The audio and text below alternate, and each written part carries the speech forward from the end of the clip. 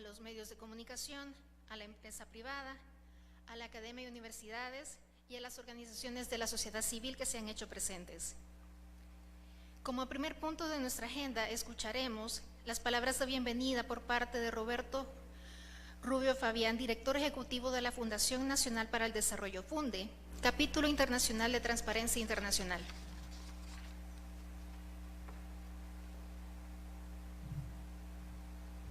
Buenos días. Ante todo, muchísimas gracias por levantarse temprano para venir a escuchar algunas palabras sabias de los ponentes. Quiero decirles que este evento se ubica en una campaña que vamos a iniciar, Funde Transparencia Internacional junto con Acción Ciudadana, con el apoyo de Open Society Foundation.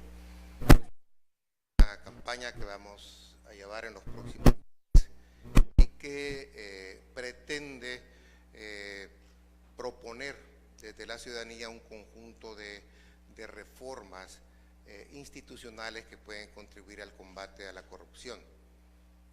La Fiscalía indudablemente juega un rol importante en ello y por eso es que también queremos tener experiencias a la vista, experiencias internacionales, ¿no? Como el caso de Guatemala con Telma Aldana, que nos acompaña, la exfiscal de Guatemala, y también de Honduras, a Luis Santos, quien es el jefe de la unidad anticorrupción de la Fiscalía en Honduras. Nos parece importante conocer estas experiencias para ver también qué podemos aprender de Guatemala y El Salvador.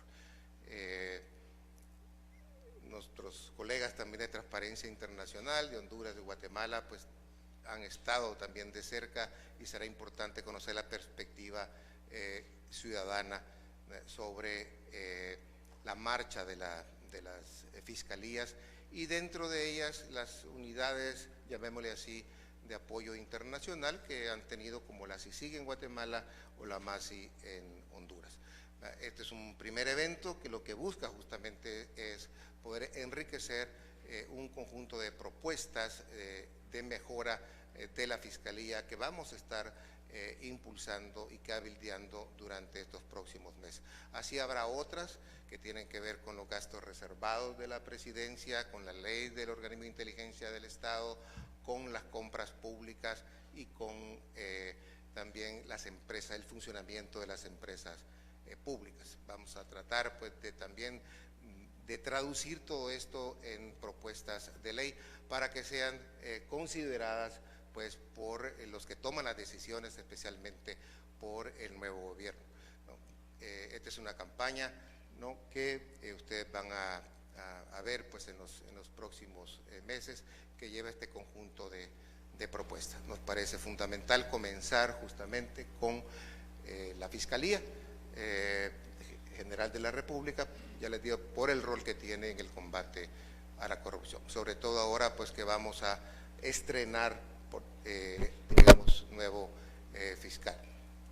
Sin más, pues quiero agradecerles, ¿no?, su presencia, ¿no?, y esperamos pues que puedan también ustedes desde la perspectiva ciudadana de El Salvador contribuir a poner algunos elementos que puedan ayudarnos a nosotros a formular adecuadamente propuestas que sean técnicas y políticamente viables. Muchas gracias.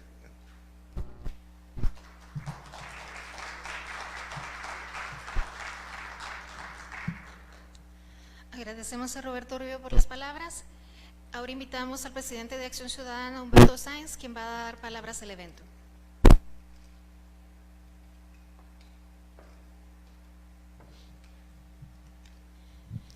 Bien, buenos días. También parto por agradecerles a cada uno de ustedes su presencia esta mañana. Tal como Roberto lo planteaba hace unos minutos, la idea de realizar este evento es arrancar una serie de estos eventos para poder, desde la plataforma ciudadana, discutir alrededor de del necesario fortalecimiento de nuestras instituciones, del necesario fortalecimiento en aras de combatir la impunidad y la corrupción, y desde luego que la Fiscalía General de la República juega un rol más que fundamental en ese afán. Y de ahí que hayamos querido concentrar este primer esfuerzo en discutir en esta plataforma ciudadana cuáles pueden ser algunos ajustes, algunas mejoras que deberíamos poder introducir a la institución en sí misma y a su funcionamiento.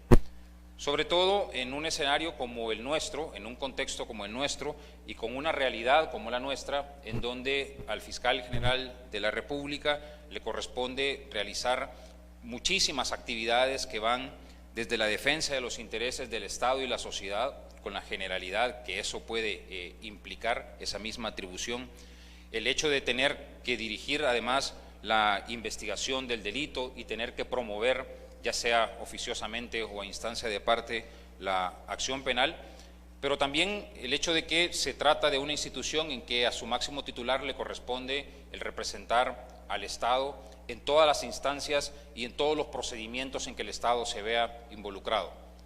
Vemos a una institución a través de su titular que tiene que involucrarse en procesos internacionales, en procesos contenciosos administrativos, en procesos de carácter constitucional, en juicios de Corte de Cuentas, en juicios de investigaciones de probidad, en juicios de enriquecimiento, en procesos ahora de extinción de dominio, en fin, una serie de actividades que implican un necesario fortalecimiento de esa institución.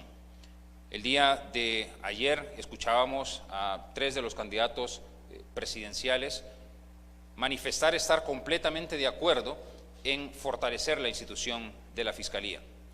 Por eso es que pensamos que un esfuerzo como este, desde el ámbito ciudadano, contribuye a llevar propuestas concretas a estas personas ahora aspirantes a la presidencia, uno de ellos evidentemente que se convertirá en nuestro presidente de la República por los próximos 5 años, y la idea es que podamos hacer esas aportaciones ciudadanas para que esa expectativa que ya se tiene, esos ofrecimientos que ya se han realizado, se traduzcan en realidad. No podemos continuar con una Fiscalía General de la República en donde el presupuesto sea todos los años negociado, donde todos sepamos que tenemos un presupuesto insuficiente para la realización de todas estas actividades que le corresponde desarrollar a la Fiscalía. No puede ser que contemos con un fiscal general de la República que se mantenga con un periodo tan corto de 3 años al frente de una institución tan importante. No podemos tener malos fiscales al interior de la Fiscalía General y por lo tanto tenemos que identificar las alternativas para conducir una verdadera depuración al interior de la Fiscalía. Tenemos que dotar de independencia en todos los sentidos, desde luego en el ámbito presupuestario, pero en todos los demás sentidos a la Fiscalía General de la República para que realice adecuadamente sus actividades. Pues qué mejor que conocer de otras experiencias, qué mejor que nutrirnos de lo que ha sucedido en otros países con realidades parecidas a la nuestra, para que con ese aprendizaje que podamos tener en una jornada como esta, podamos entonces traducirlo en propuestas concretas que ojalá más adelante se ejecuten.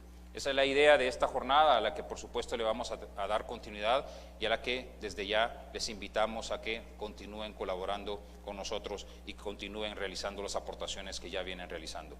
Muchas gracias de nuevo por su presencia. Espero que la jornada de esta mañana sea productiva para todos y cada uno de nosotros. Buenos días.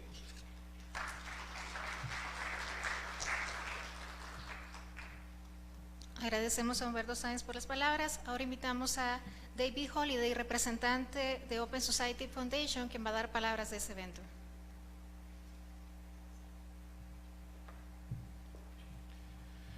Buenos días a todos, muchos amigos en la audiencia, también agradecidos por su interés. En pocas palabras, nosotros en la Fundación para una Sociedad Abierta estamos muy interesados en este tema. Yo trabajo en toda la región, veo en cada país experiencias interesantes, pero también veo que no hay tanto entendimiento en un país que realmente está pasando en otros países. Así que la idea de hoy es traer una de las personas más destacadas desde la sociedad civil, desde la comunidad internacional, desde los gobiernos, a compartir con ustedes sus experiencias sobre qué ha funcionado, qué no ha funcionado en sus propios contextos, para que ustedes puedan extraer lecciones, aprendizajes y que podemos empezar un diálogo, ¿no?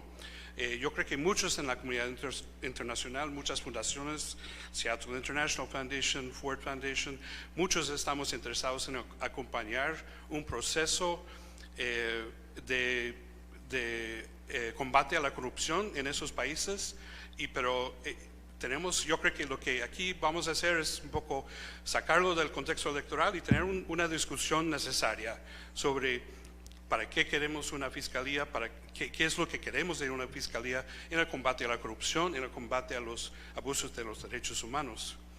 Entonces yo estoy muy complacido con este grupo de personas, conozco a todos, son excelentes, cada uno debería dar un discurso magisterial sobre sus temas y espero que algunos puedan platicar con ellos después. También mencionar que es muy común que todos los panelistas, o la mayoría sean hombres. Yo creo que eso tenemos que corregir todos. Hay mujeres como Claudia Paz en Guatemala, Gabriela Castellanos en Honduras, hay muchas mujeres desde la sociedad civil, desde el gobierno, y tenemos que empezar a tener esa representación también. Pero bueno, así para hacerlo un poco rápido, en un momento bastante cálido de elecciones aquí, yo creo que eso es, como dijo Roberto, un inicio de una discusión sobre los temas y espero que ustedes puedan aprovechar. Gracias por su interés. Gracias.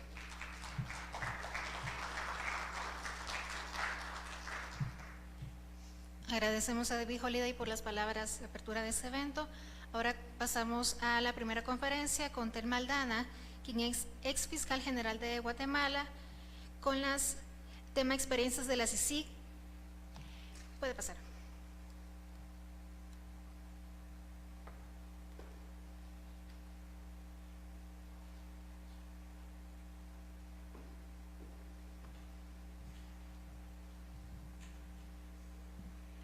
Muy buenos días. Deseo iniciar agradeciendo a la Fundación Nacional para el Desarrollo por invitarme a compartir con ustedes la experiencia de Guatemala para el fortalecimiento de la Fiscalía General. Cuando hablamos de la experiencia de Guatemala, necesariamente tenemos que hacer relación a los antecedentes históricos. 36 años de conflicto armado interno, uno de los conflictos más crueles de América Latina, más de 200,000 personas fallecidas, más de 50,000 desaparecidos, más de 1 millón de desplazados. En el año 1996 se firmaron los acuerdos de paz firme y duradera. A mi juicio se firmaron los acuerdos, pero la paz sigue esperando en el país. No es firme, no es duradera, y los mismos acuerdos de paz no se han implementado 20 años después. Las guatemaltecas y los guatemaltecos seguimos esperando entonces que se cumpla con esos acuerdos de paz que son la ruta para una sociedad democrática, para dejar atrás el racismo y la discriminación que ha imperado en Guatemala. Y es que es justamente durante el conflicto armado interno cuando aparecen los cuerpos ilegales de seguridad y aparatos clandestinos de seguridad incrustados en el Estado guatemalteco.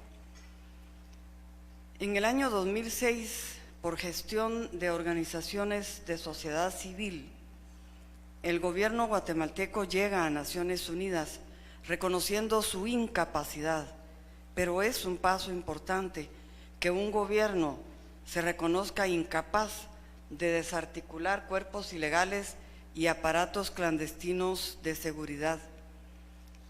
En algunas reuniones que he sostenido en Naciones Unidas, funcionarios que estaban en el año 2006 me comentan que les costó entender cuál era la postura del gobierno guatemalteco. No entendían para qué querían una comisión internacional que ayudara a desarticular los SIACs. Finalmente hubo comprensión y hubo mucho cabildeo del gobierno guatemalteco para lograr el acuerdo que finalmente se suscribió entre el gobierno de Guatemala y Naciones Unidas para instalar una comisión internacional contra la impunidad.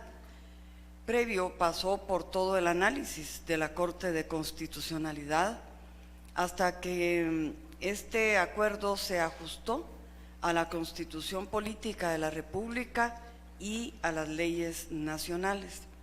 Digo esto porque los detractores insisten en desinformar, diciendo que CICIG es una injerencia extranjera.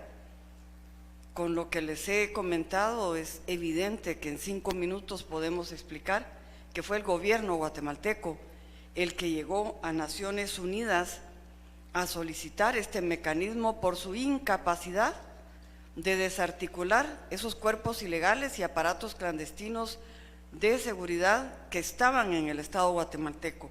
Y la mala noticia para los guatemaltecos es que siguen ahí, todavía están incrustados en el Estado guatemalteco. Inicia entonces CICIG su funcionamiento en el año 2006. Asumo que ha de haber sido muy difícil para quienes integraron la comisión y para el primer comisionado diseñar todo el sistema de funcionamiento de la comisión, pero se logró.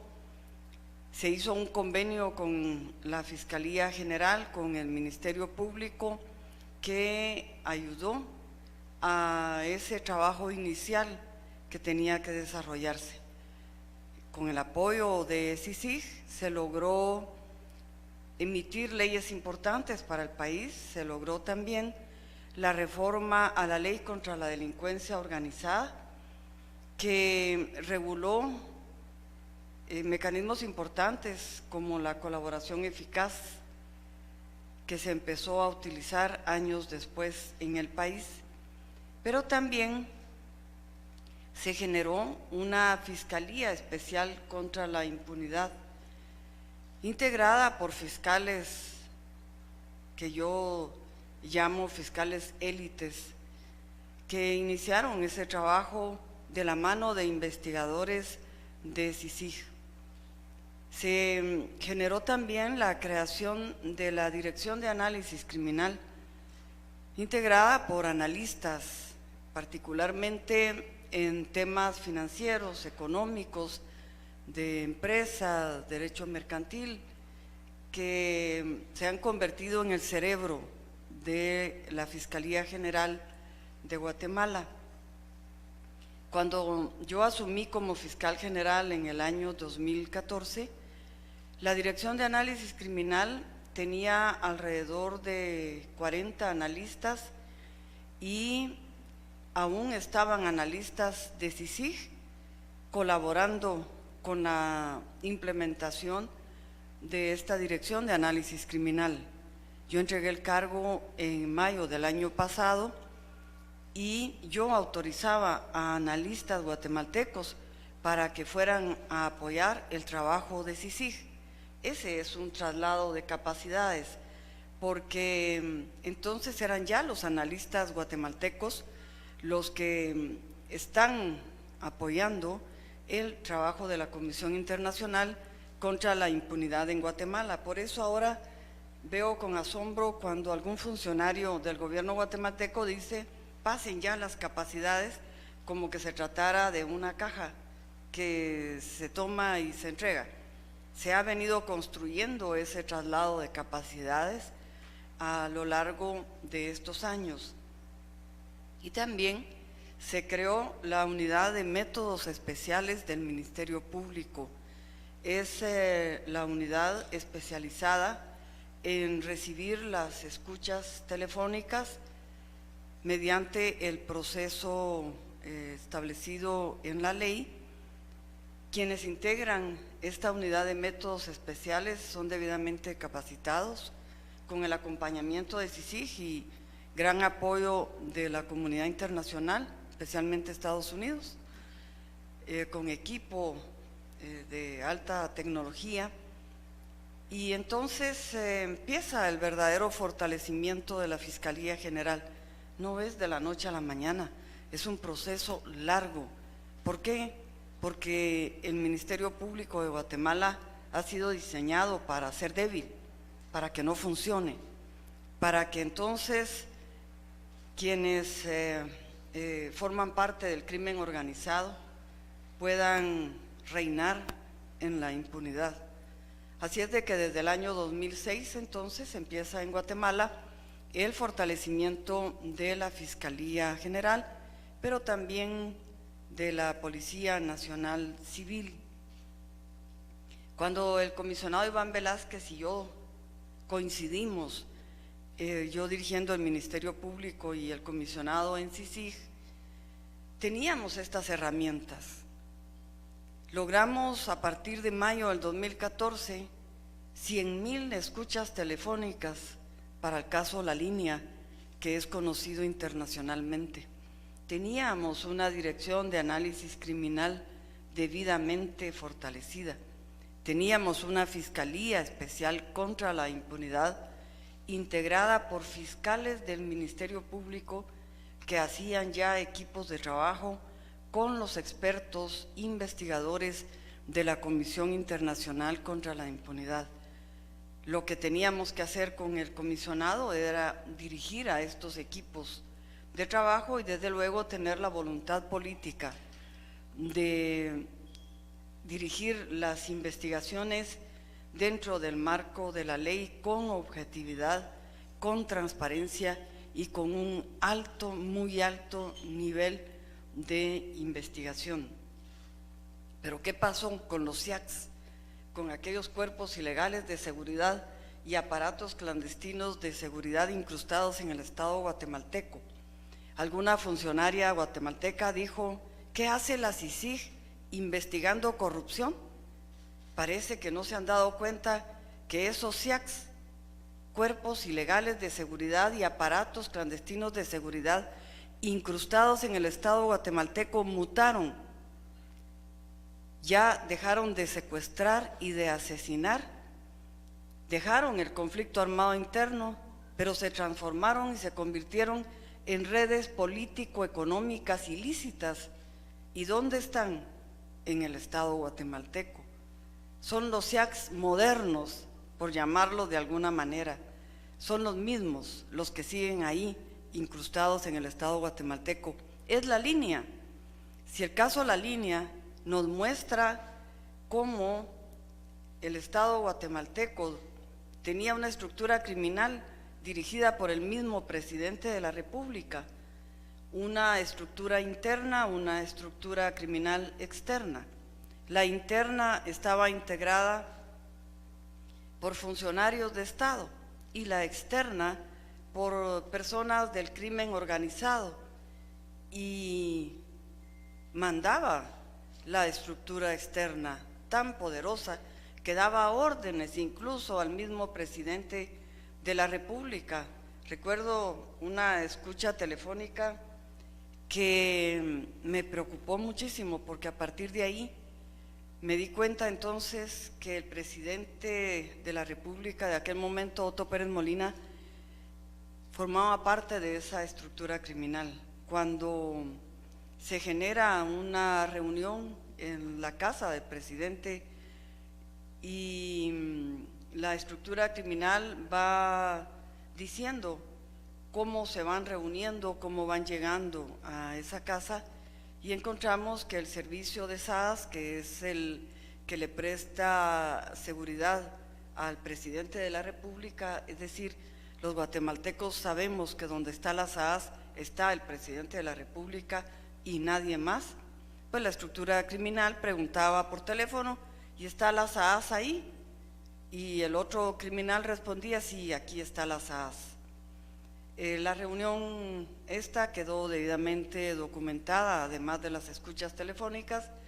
Hicimos uso del colaborador eficaz, de los colaboradores eficaces, ese mecanismo que se logró gracias a la reforma de la ley contra la delincuencia organizada. Esos son los CIACs que siguen funcionando en Guatemala. Y entonces sí, con asombro vemos cuando preguntan qué hace la CICIG investigando corrupción. No está en su mandato. Claro que está en su mandato.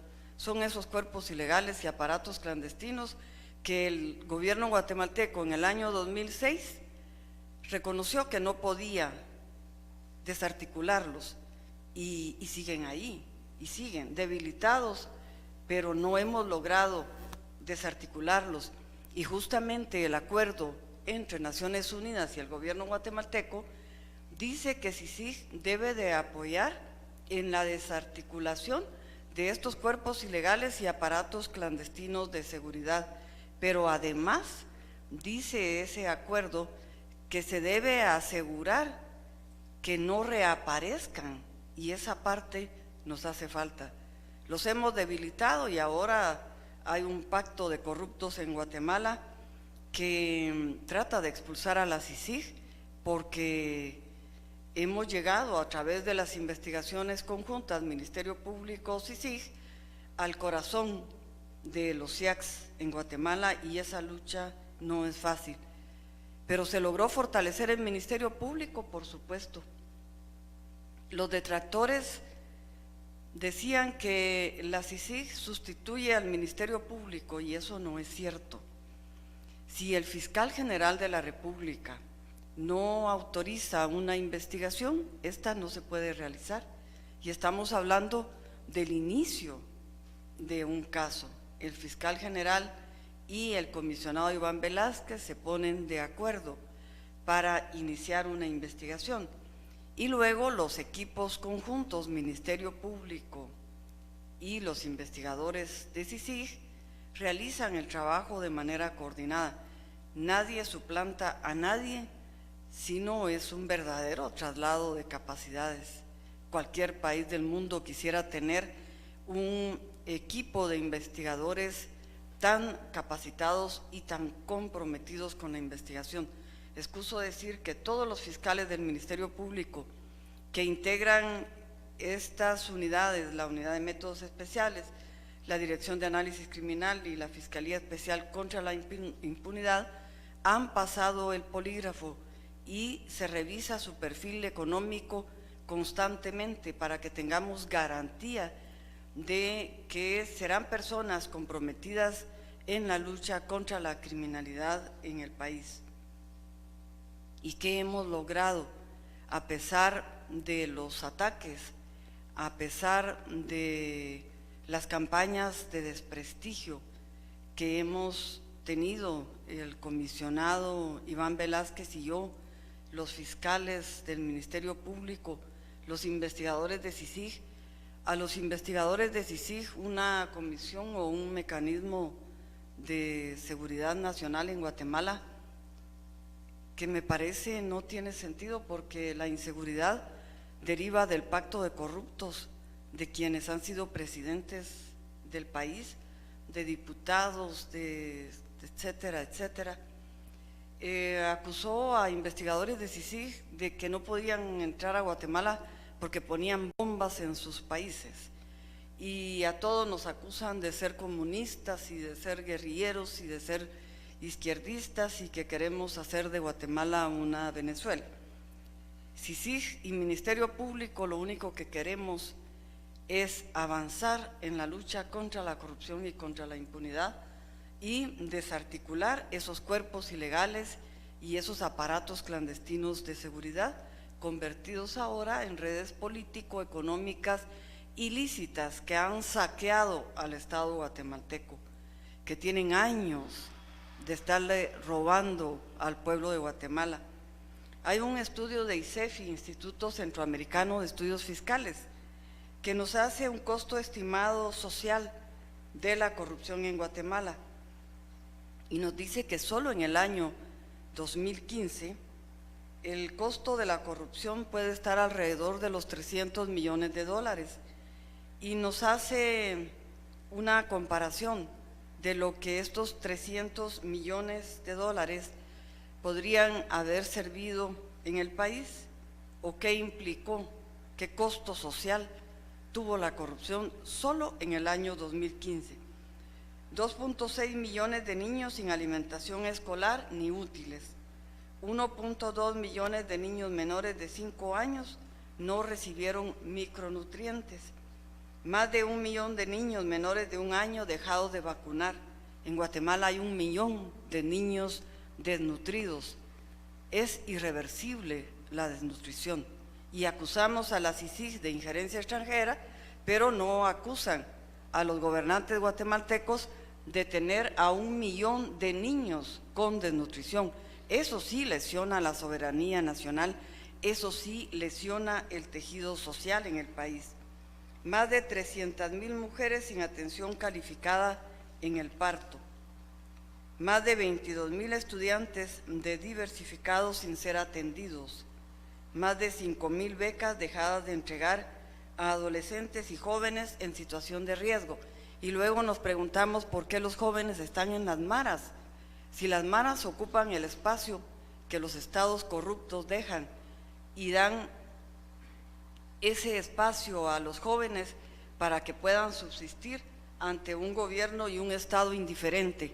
Hablo de Guatemala. 1 millón de bolsas de alimentos dejadas de entregar a hogares en pobreza o con crisis alimentaria. 80,000 jóvenes sin participar en programas para evitar la violencia. Y esto es solo en el año 2015. Y en Guatemala nos preguntamos entonces, ¿y será que solo en el año 2015 hubo 300 millones que se los llevaron, saqueo al Estado guatemalteco? ¿O desde cuándo estamos funcionando bajo un Estado cooptado y corrupto?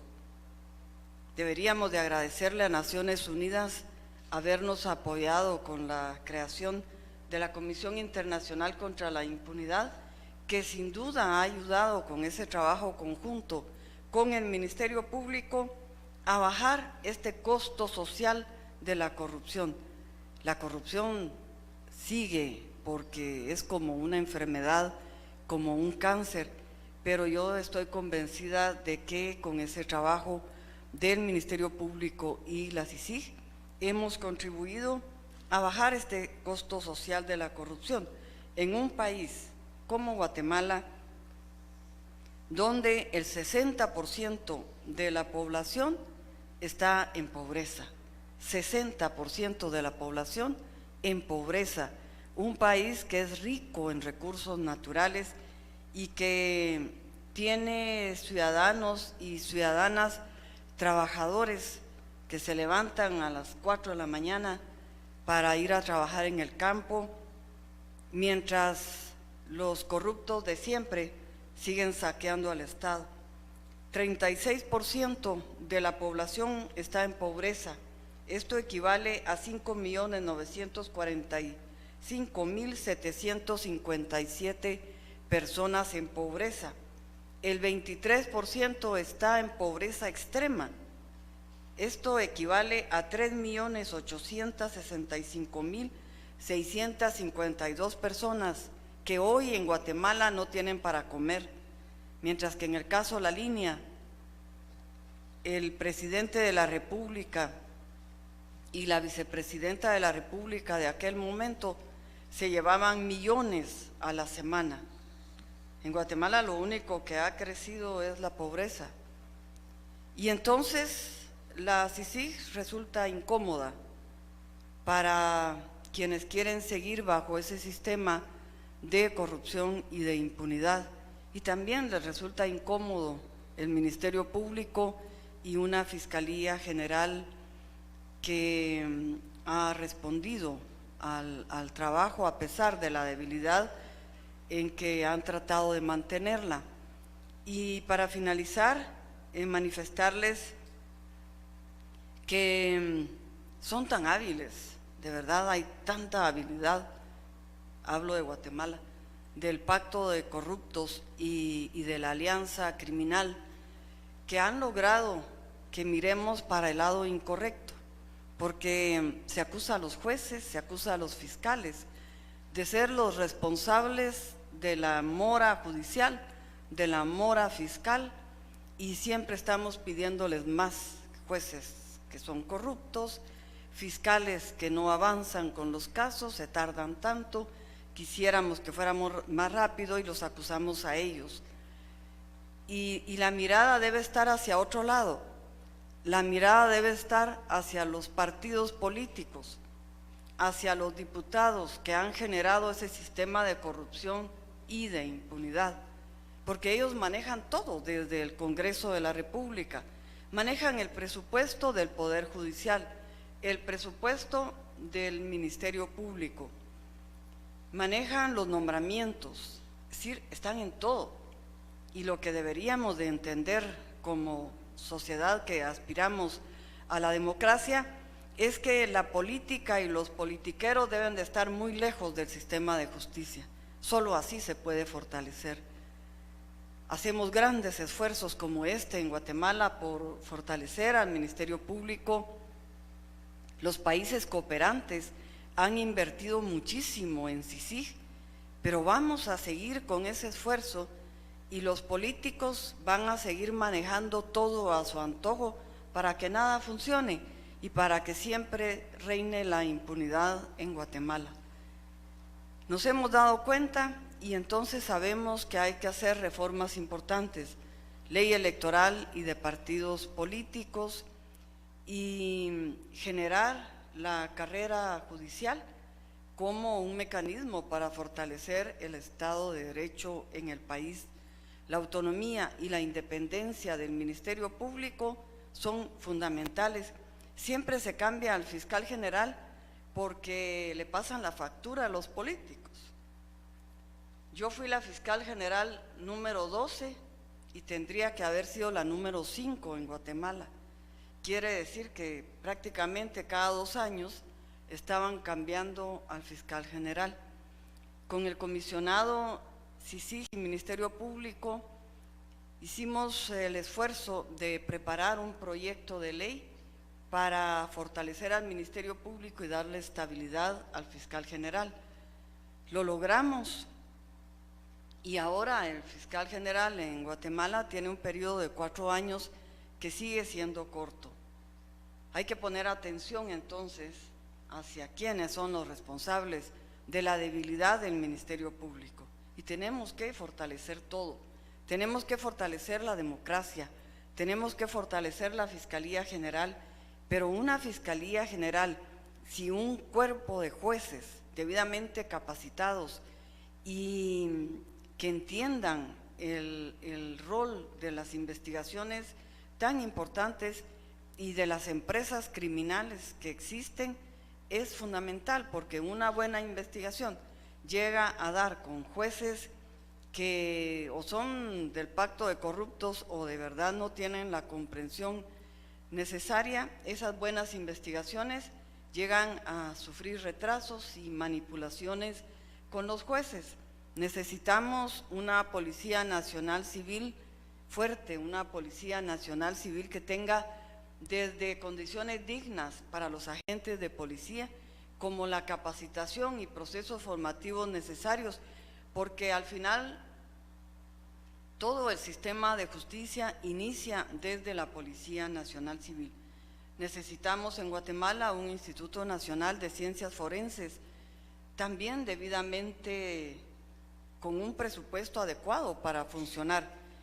El presupuesto del INACIF, de este mecanismo que aporta la prueba científica al Ministerio Público y a la Judicatura, tiene un presupuesto tan pobre que no hay ni siquiera posibilidad de que psicólogos hagan sus peritajes en casos de violencia contra la mujer y se tardan 6 meses, o peritajes balísticos que se tardan hasta 1 año y el caso sigue detenido. Hay que fortalecer todo el sistema de justicia, no es solo la Fiscalía General, es todo, son los tribunales, son las entidades que ven la prueba científica, es la Policía Nacional también la que debe estar fortalecida. Un periodista me preguntaba al entrar acá, ¿hay alguna fórmula mágica para fortalecer el sistema de justicia? Y yo le dije, sí, hay una fórmula mágica, es apartar a los políticos de los nombramientos y del manipuleo que hacen en las instituciones del sector justicia.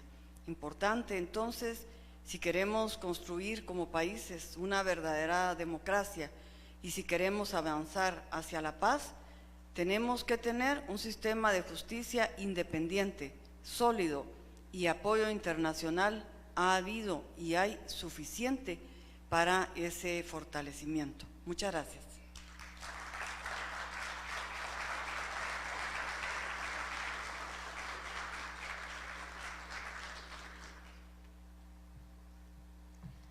Agradecemos a Esther Maldana por su participación en ese evento. Un servicio social al vehículo placas 831-105 si se puede presentar al estacionamiento. Repito, el dueño del vehículo con placas P831-105 si se puede presentar al estacionamiento. Bueno, pasamos a Luis Santos, quien es jefe de la UCEFI de Honduras, para que nos va a seguir brindando aportes en esta conferencia.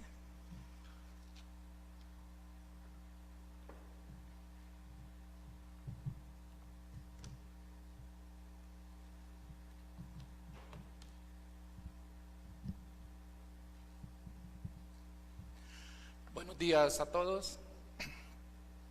Agradecer la invitación que me hizo la Fundación Funde para estar en esta conferencia. Yo dirijo la Unidad Especial contra la Impunidad y la Corrupción en Honduras. Esa es la unidad que trabaja junto a la MAXI en la investigación de casos de corrupción.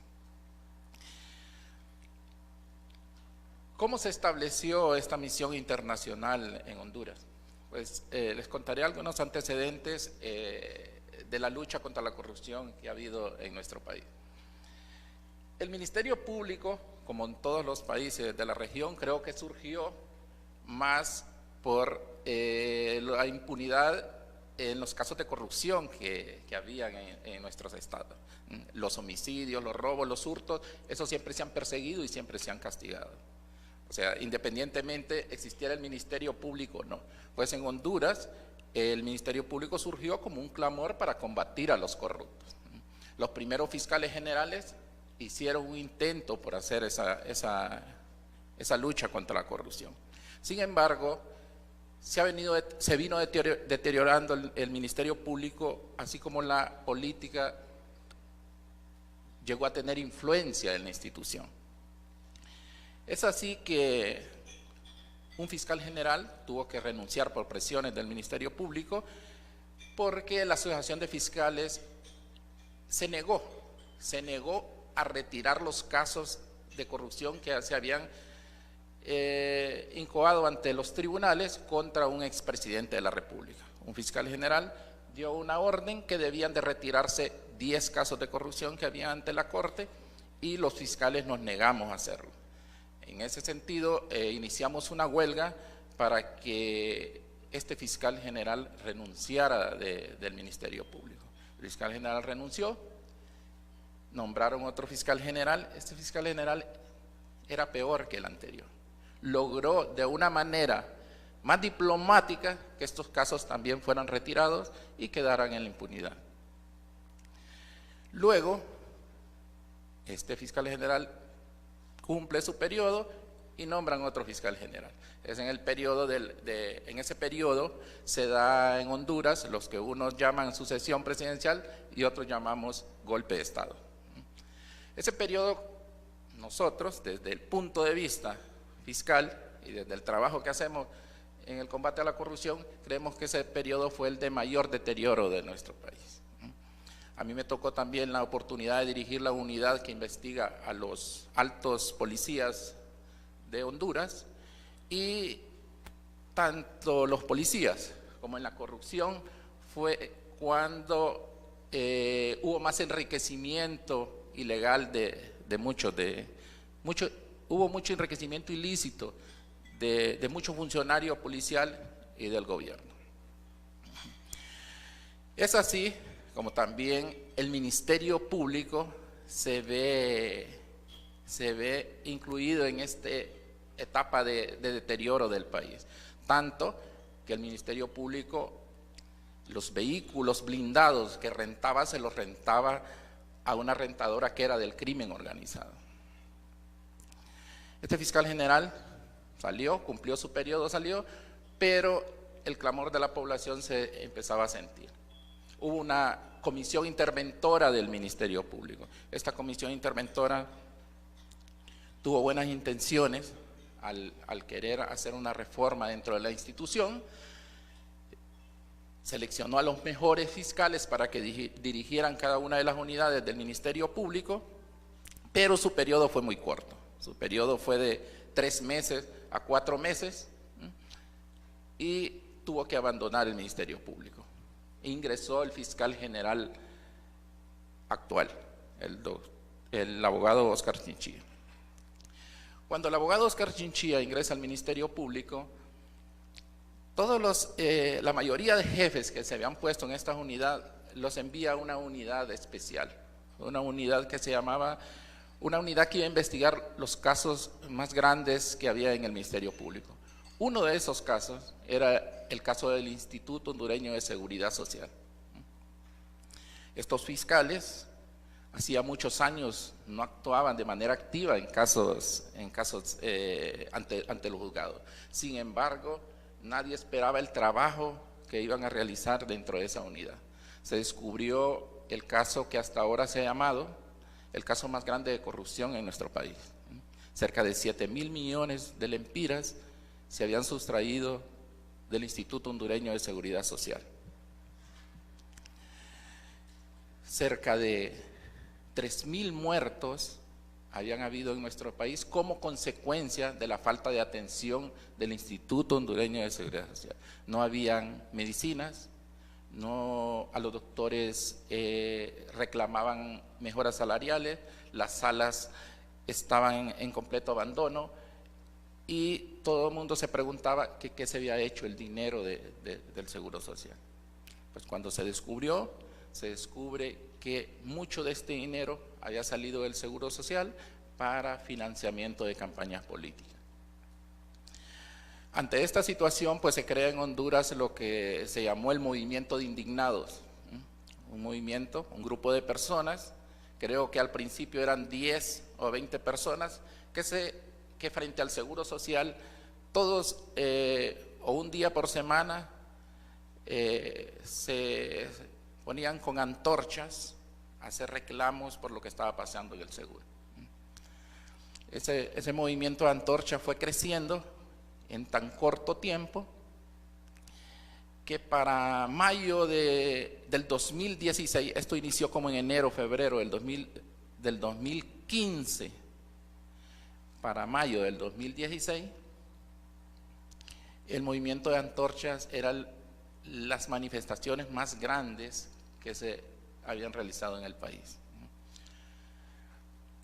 Con decirles que hay unos bulevares, hay un bulevar central en nuestro país que no lograba, o sea, se llenaba y todavía había gente que quería participar en esos movimientos. Era un movimiento donde no había color político, donde todo el mundo andaba con una antorcha y solicitando el establecimiento de la CICI en nuestro país.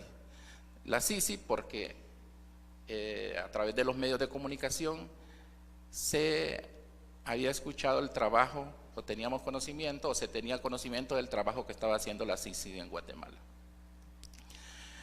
Este movimiento se fue consolidando al punto que muchos de los que integraban este movimiento viajaron a Guatemala para saber cuál era el trabajo que hacía la CICI. Sin embargo, como todas manifestaciones, hubo mucha intervención política en este movimiento y al final, si bien es cierto, logró el establecimiento de la Maxi, pero hubo mucha influencia de los partidos que después lo dividieron este movimiento.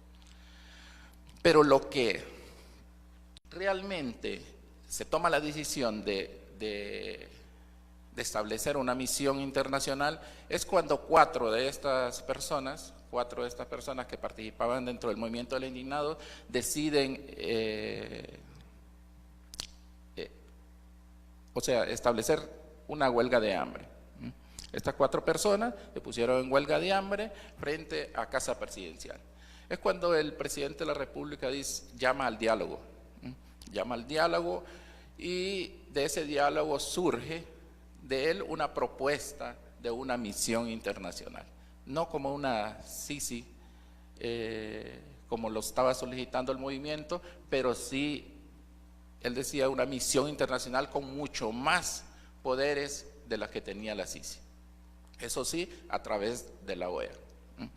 Es así como en el 7 de septiembre del 2016 llega a nuestro país un grupo de personas de la OEA, dirigidas por el señor John Biel, junto con un representante de la ONU, a hacer un sondeo sobre cuál es la mejor forma de establecer una misión en el país.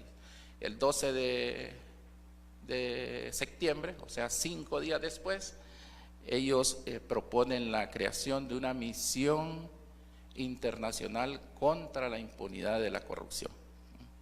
El movimiento de los indignados no aceptaba esta misión. Ellos querían una misión de la ONU y no una misión de la OEA. Pues la misión que llega se retira del país y luego regresan o hay debates sobre si el establecimiento de la misión de apoyo es la mejor forma o no. Pues al final, en enero del 2017, en enero del 2017, el gobierno firma finalmente un acuerdo con la OEA en Washington, donde se establece la creación de la misión de apoyo contra la impunidad, aún en contra de lo que pedían los indignados, o solicitaban el movimiento de los indignados. Nosotros creemos que ante la petición de un pueblo que estaba pidiendo justicia para que se esclarecieran los casos de corrupción en el seguro, pues como propuesta del gobierno propone esta misión de apoyo. Pues se firma el acuerdo en enero del 2017 y el mismo es aprobado por el Congreso Nacional en abril o mayo del mismo año 2017, o sea que fue un proceso bien corto. La misión se establece en el país a partir de junio del 2017 o 16, creo, no estoy listo. Pues cuando la misión se establece, pasa por un periodo de estructuración. Este periodo de estructuración es del nombramiento de quienes iban a integrar la misión. En un principio, esta misión iba a estar integrada por 3 comisionados, que finalmente 2 de ellos renunciaron y solamente quedó uno, que es el señor don Juan Jiménez Mayor. Esta misión, además de estar por tres comisionados, iba a tener 4 divisiones, que es la estructura con que actualmente funciona. Actualmente la MASI ha sufrido reformas. Ahora solamente hay una persona que lo dirige, que es un comisionado jefe, que es el doctor don Luis Marrey, y hay 4 jefes de divisiones. ¿Cómo está estructurada la MASI? Pues la MASI, aparte de que tiene un jefe, tiene una división de reforma, tiene un observatorio contra la corrupción, tiene una división de combate a la corrupción y tiene una división de reformas electorales. O sea, que acompañó todo el proceso de las elecciones del periodo pasado. ¿A cuál le corresponde la lucha contra la corrupción? Pues a la División de Combate a la Corrupción. Es con la cual trabaja la unidad fiscal de combate a la impunidad y la corrupción, que es la cual dirige mi persona. ¿Cómo se trabaja en nuestro país? Pues la unidad fiscal especial es una unidad creada a través de un convenio entre MAXI y el Ministerio Público. La unidad fiscal es todas las unidades del Ministerio Público dependen de una Dirección General de Fiscalía. La Unidad Fiscal Especial contra la Corrupción depende directamente del fiscal general. No puede recibir órdenes de ningún jefe del Ministerio Público más que del fiscal general. Y el fiscal general las órdenes que emite hacia la OFECIC son a través de la MAXI o son en consenso con la MAXI.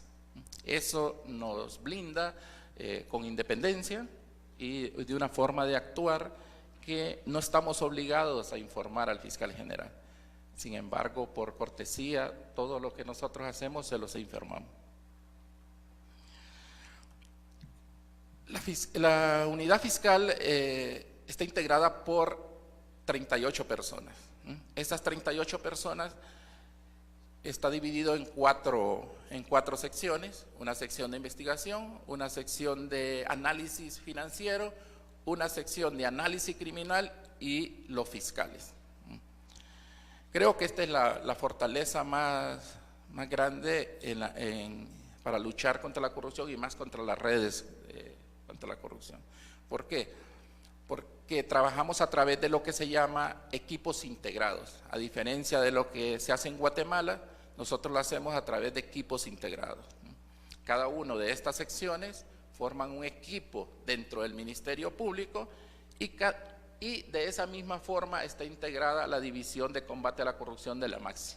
Ellos tienen las mismas 4 secciones y tienen 4 personas. O sea, son 8 personas las que forman un equipo de combate a la corrupción y son las que se les asigna un caso para que lo investiguen.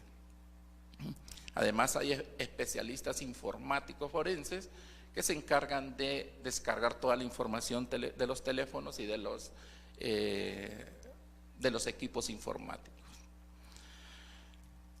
Ustedes me dirán, pero este trabajo siempre se hace en los ministerios públicos o siempre se hace dentro de la Fiscalía Especial contra la Corrupción, porque en nuestro país hay una Fiscalía de Combate a la Corrupción muy fuerte, que la integran cerca de 100 personas y siempre ha venido haciendo un trabajo contra la corrupción.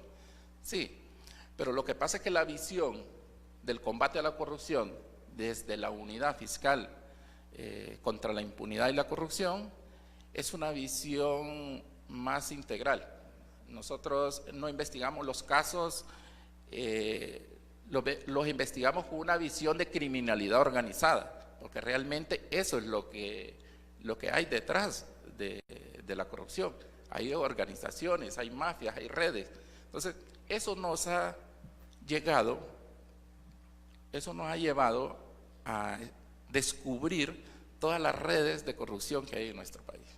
Tiempo nos falta para poder investigar y judicializar estos casos, pero creemos que hemos llegado a un punto que hemos descubierto realmente todas estas redes que jamás nos imaginamos que podían estar detrás de todos estos actos de corrupción.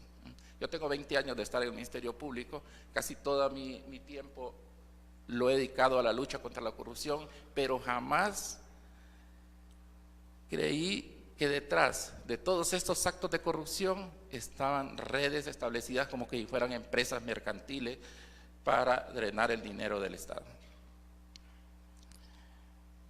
El combate a la corrupción que se ha venido haciendo años atrás es un combate a la corrupción puntual.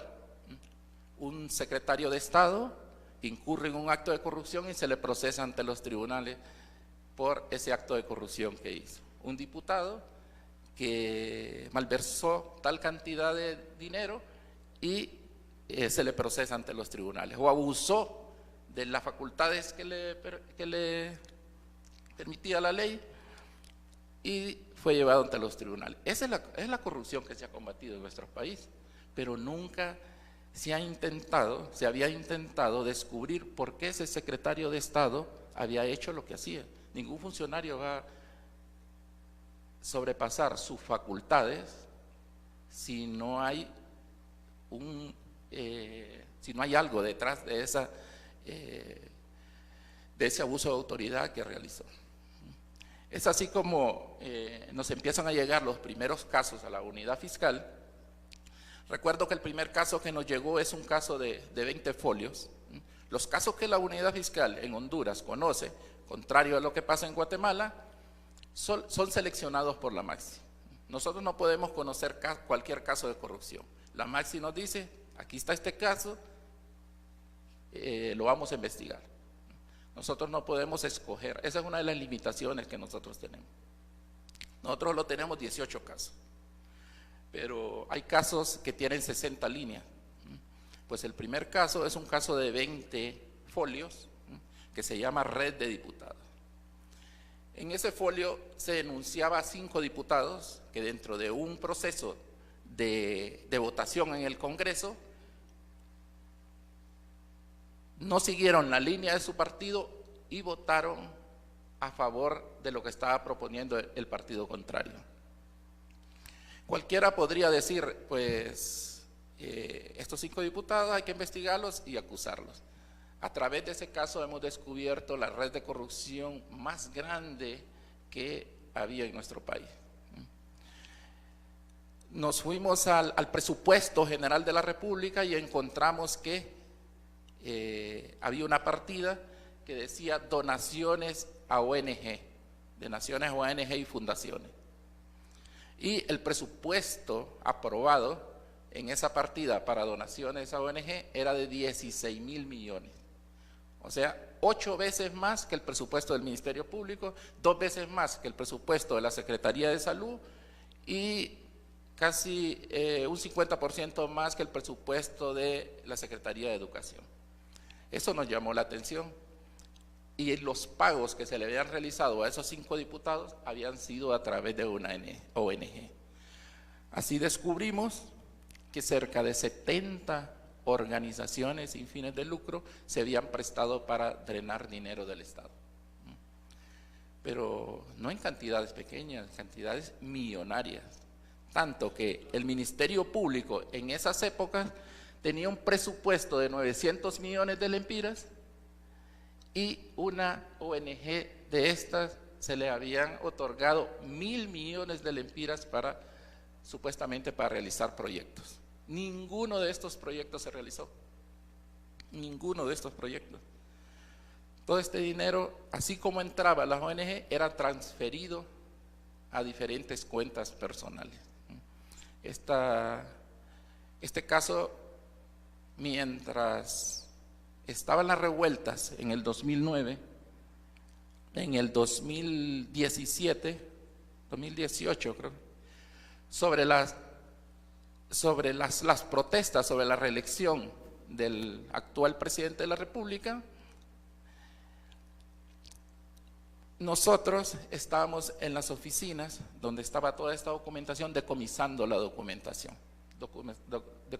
documentación que no servía para realizar estas investigaciones. Es así como llenamos una bodega de toda esta documentación y nos ha servido para continuar con las investigaciones.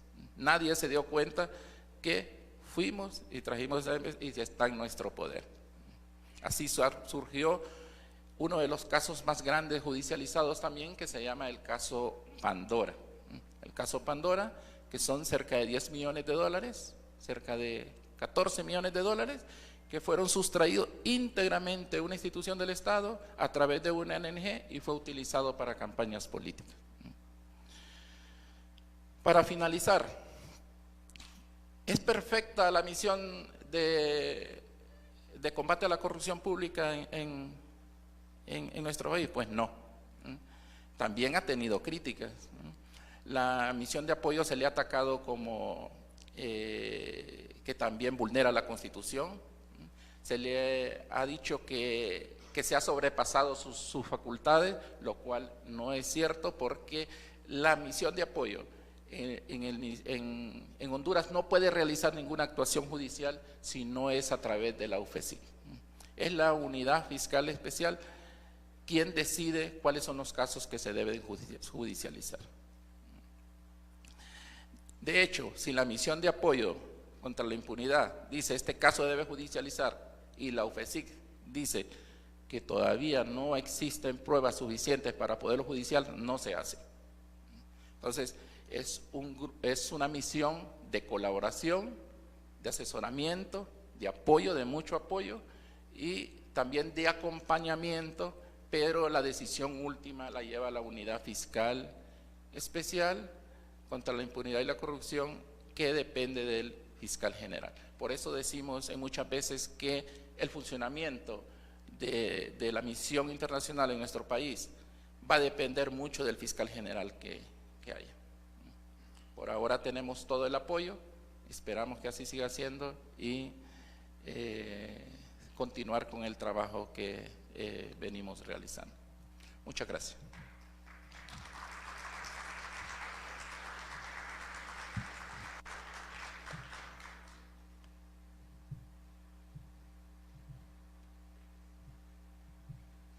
Agradecemos a Luis Santos por su participación y sus aportes en esta conferencia.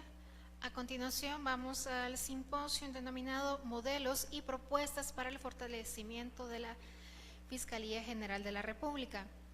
La moderadora de este simposio va a ser Claudia Ortiz, investigadora de FUNDE y coordinadora de Espacio Ciudadano.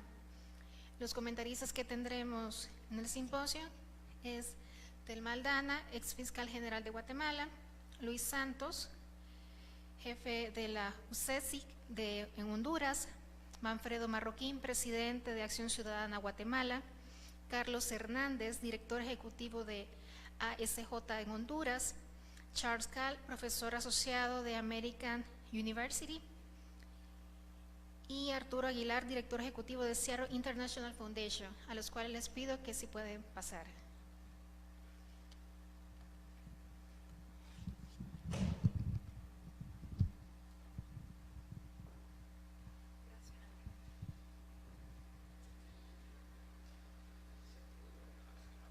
Arturo y Chuck acá.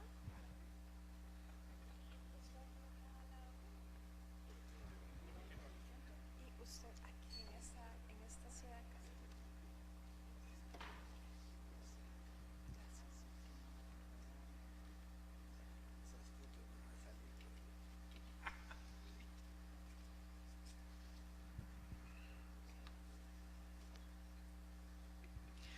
Muy buenos días, es un placer compartir esta mañana, esta jornada de reflexión con ustedes. Gracias por su asistencia el día de hoy. En mi calidad de coordinadora de Espacio Ciudadano y también el Programa Especial de Participación Ciudadana del Área de Transparencia de FUNDE, agradezco además a los diferentes panelistas que nos acompañan para tener esta conversación que busca iluminar un poco el debate o iniciar un debate un poco más iluminado sobre los mecanismos que deberíamos empezar a discutir y a implementar como sociedad salvadoreña con el fin de fortalecer una de las instituciones de control más importantes con las que cuenta nuestra democracia y que actualmente es clave para que los avances democráticos se mantengan y sigan evolucionando positivamente y no la tendencia contraria, que es lo que tememos muchos de nosotros. Me acompaña el profesor Charles Kahl de American University, también Arturo Aguilar, director ejecutivo de la Seattle International Foundation, el señor también Carlos Hernández del capítulo de Transparencia Internacional en Honduras, además el señor Manfredo Marroquín, director del capítulo de Transparencia Internacional en Guatemala, y nuestros dos anteriores ponentes, la señora Telma Aldana y el señor Luis Santos. Quiero iniciar esta ronda de reflexión también haciendo una pregunta para Charles. Un poco hemos conocido la experiencia y también las resistencias que existen del sistema de corrupción frente a estos esquemas de colaboración de una unidad internacional de apoyo a las fiscalías. Pero Charles, quería saber, desde tu punto de vista, ¿cuáles son las principales críticas que se encuentran en la opinión pública y en los gobiernos y en diferentes actores hacia esos esquemas de colaboración? ¿Y hasta qué punto estas críticas están justificadas?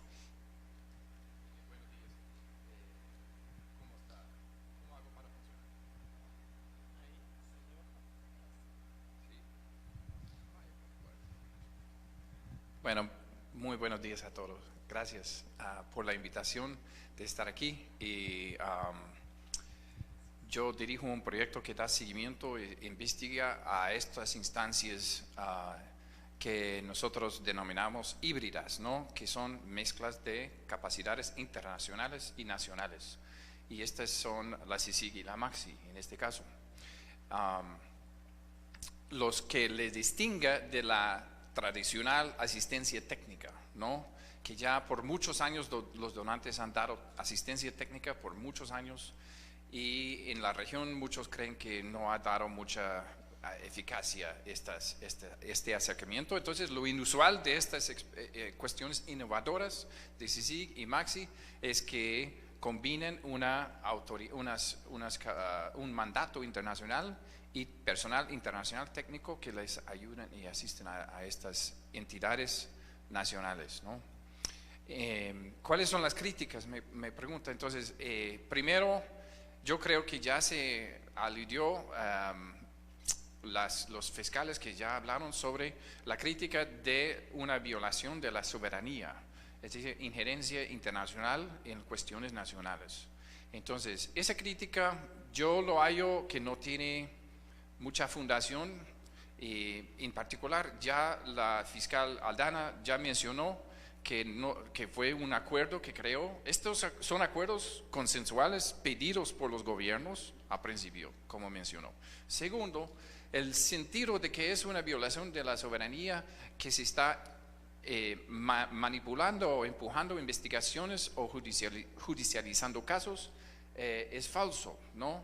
Es que la CICIG sí tiene la capacidad de seleccionar sus casos, igual a la MAXI, y de investigarlas. La CICIG sí, los fiscales y el equipo internacional pueden investigar los casos así solos, pero no pueden judicializar los casos, ni en Guatemala ni en Honduras. Esto depende del Ministerio Público. Y claro que los que deciden los casos son las Cortes Nacionales, ¿no?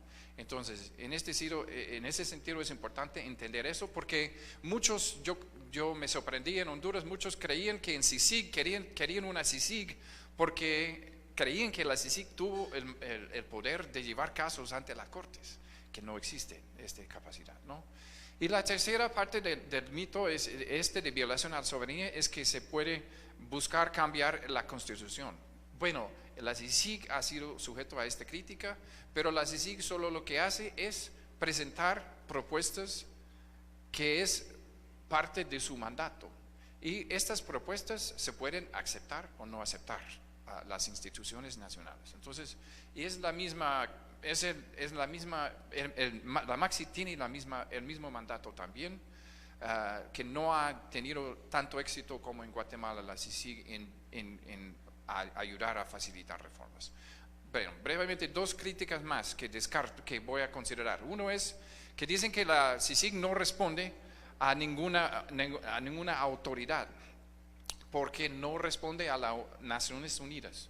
Y esta crítica tiene un cierto fundamento, porque iba a ser parte de las Naciones Unidas cuando estaban a punto de aprobar el acuerdo. Pero al final, por razones legales y otras políticas, decidieron que no, que la CICIG es una entidad prácticamente independiente. El comisionado nombrado por el secretario general de la ONU, pero no responde directamente a la ONU, sino depende de los fondos de donantes, y tiene mucha independencia el comisionado de Guatemala. Sí, esto tiene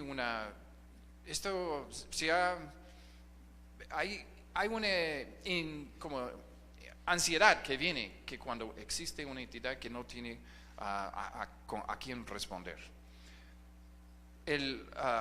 Pero por otro lado, la cuestión de Maxi muestra las debilidades de responder a una entidad, porque la Maxi es parte de la OEA.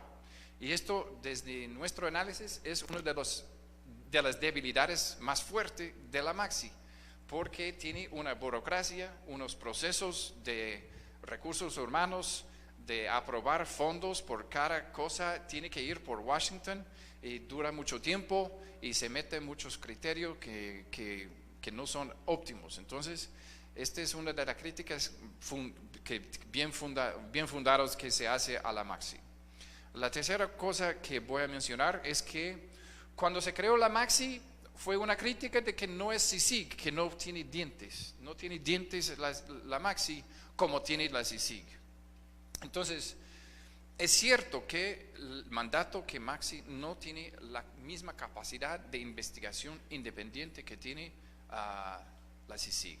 Pero al final de cuentas lo que pasó con Maxi es que ha sobrepasado estos mandatos y ha utilizado su mandato muy eficaz, en parte porque aprendió de la experiencia de la CICIG. Entonces hicieron cosas como crear la unidad de la UFICIC que lidera el fiscal Santos dentro de 1 año y medio de estar en el terreno, y esto les ayudó bastante. Entonces, en los primeros 2 años de la Maxi se judicializó varios casos. Habían sentencia de 12 individuos en los casos que Maxi ayudó en sus casos. CICIG no tuvo ningún caso judicializado en sus primeros 2 años. Entonces, la Maxi tiene más éxito en sus primeros 2 años, por ejemplo, que tuvo la CICIG. En parte porque aprendió de la CICIG, ¿no? Pero ese ha tenido un impacto importante. Ya está, yo creo que todo el mundo cree que está encarcelado la ex primera dama de la nación, que no hubiera pasado sin la presencia de la Maxi, muchos creemos, ¿no?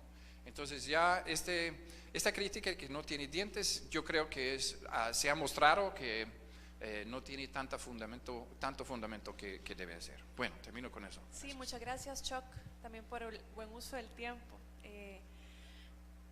Entonces, podemos observar que hay diferentes elementos que configuran estos modelos que son bastante nuevos realmente y bastante sui generis.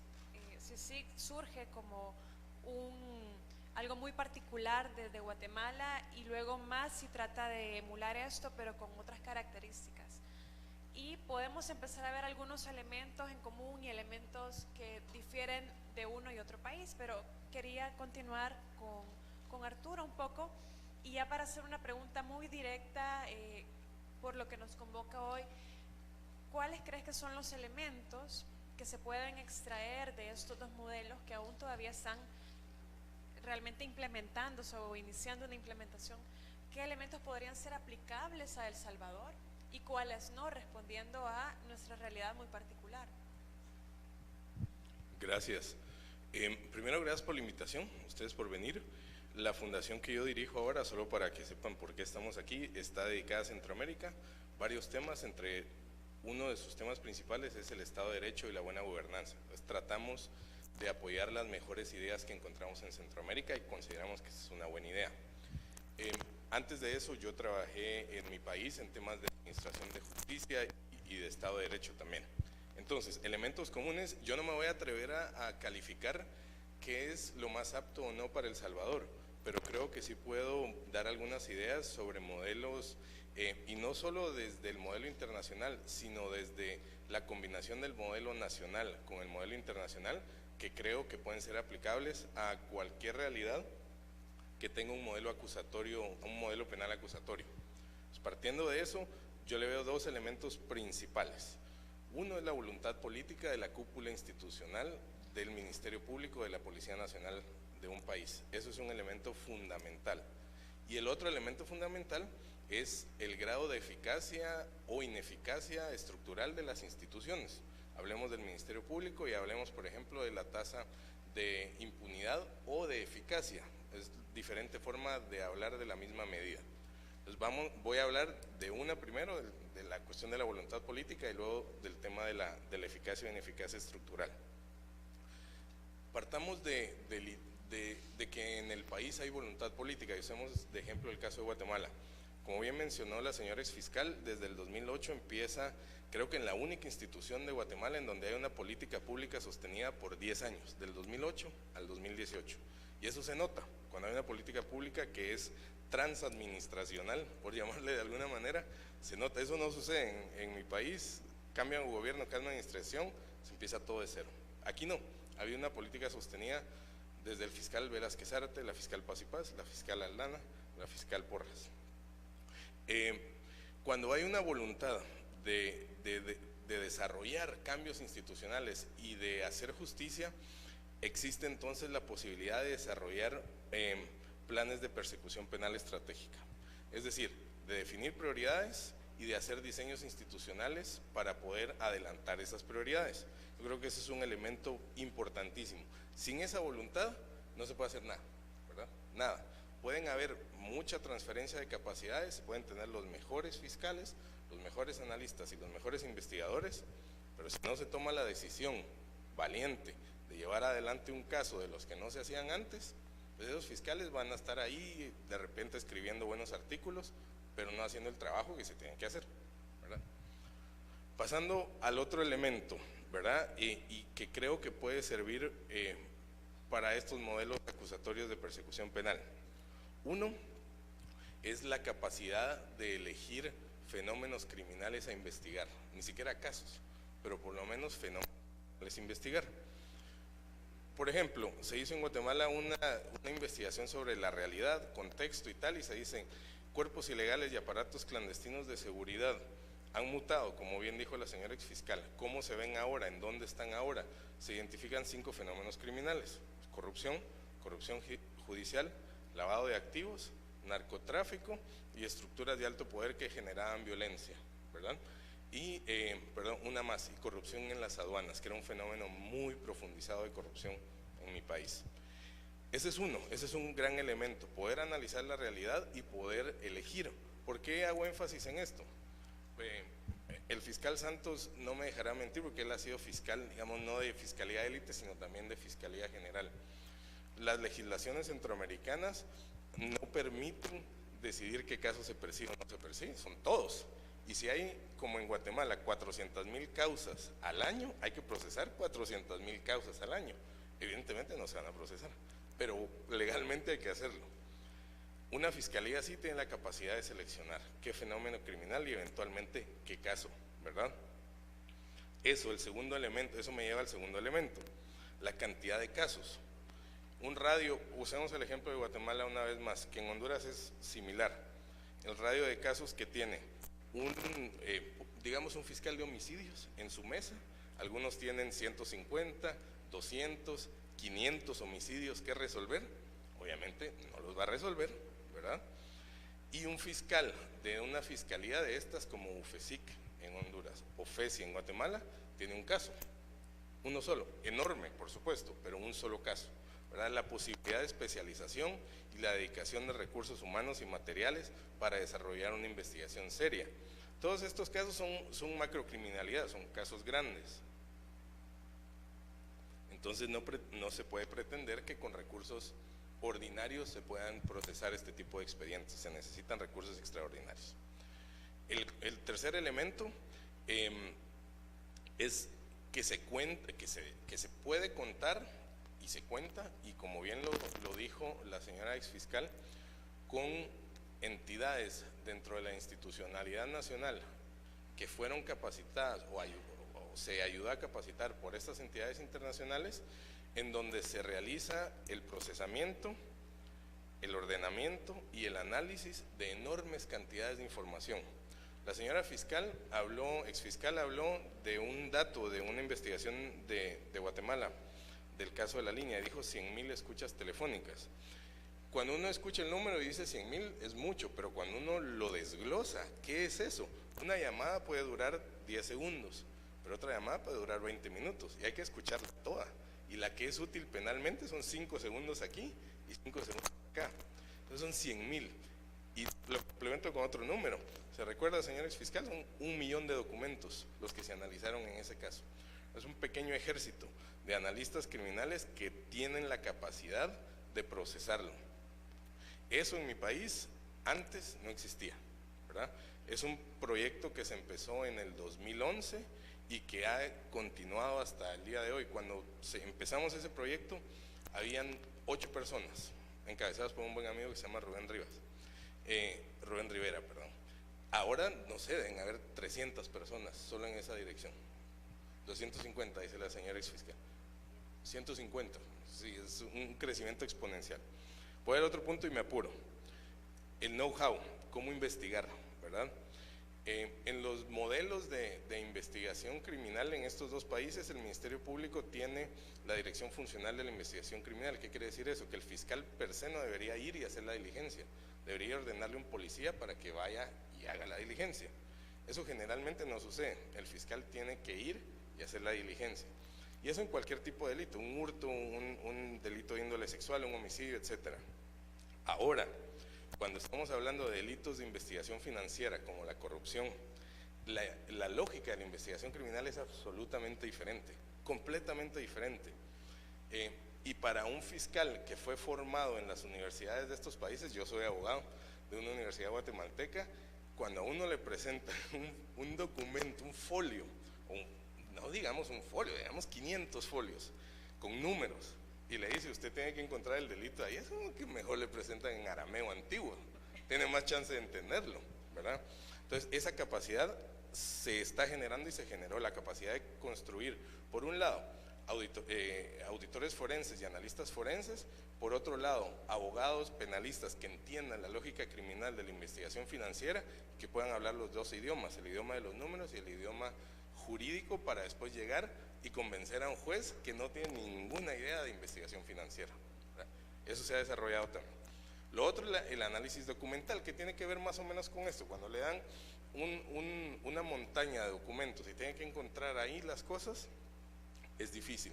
Estas capacidades también se han desarrollado a través hay algunas herramientas electrónicas ahora que se pueden utilizar, que procesan la información y al ojo de alguien entrenado puede detectar entonces en dónde está la información que